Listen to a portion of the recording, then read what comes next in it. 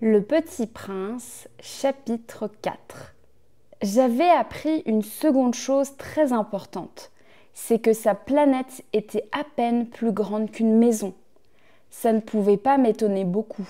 Je savais bien qu'en dehors des grosses planètes comme la Terre, Jupiter, Mars, Vénus, auxquelles on a donné des noms, il y a des centaines d'autres qui sont quelquefois si petites qu'on a beaucoup de mal à les apercevoir au télescope.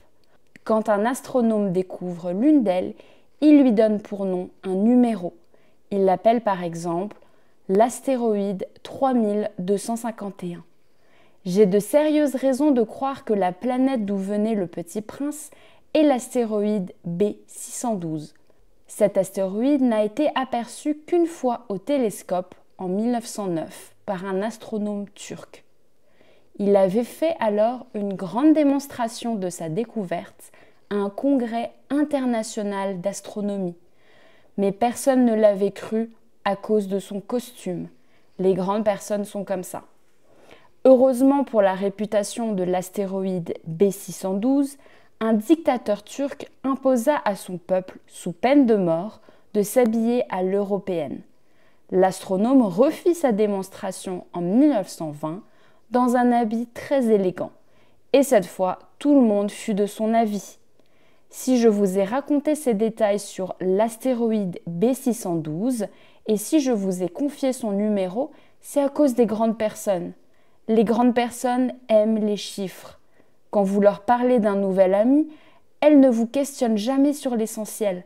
Elles ne vous disent jamais quel est le son de sa voix, quels sont les jeux qu'il préfère.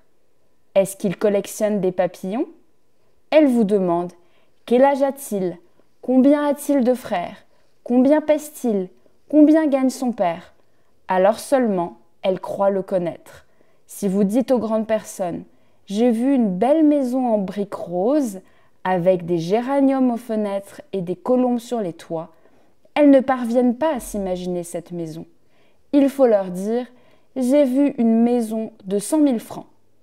Alors elle s'écrie « Comme c'est joli !»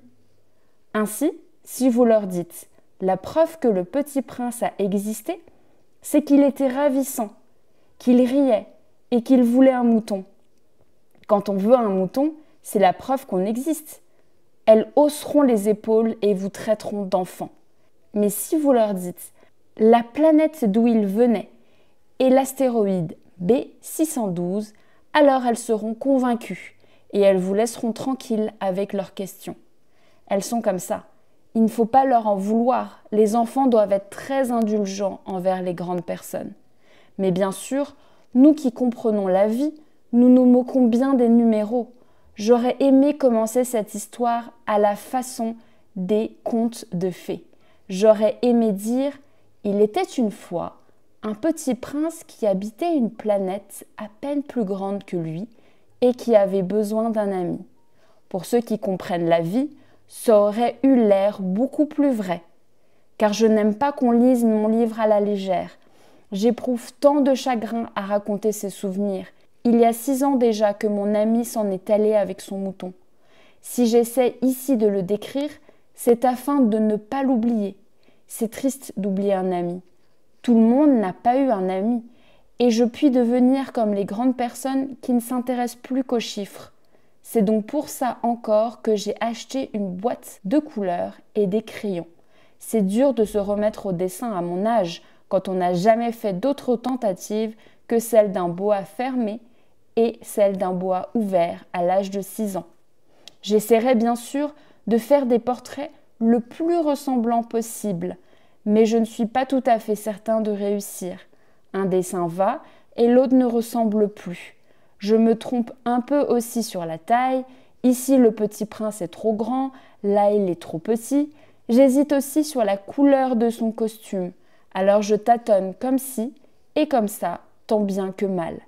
Je me tromperai enfin sur certains détails plus importants. Mais ça, il faudra me le pardonner. Mon ami ne donnait jamais d'explication. Il me croyait peut-être semblable à lui, mais moi, malheureusement, je ne sais pas voir les moutons à travers les caisses. Je suis peut-être un peu comme les grandes personnes. J'ai dû vieillir.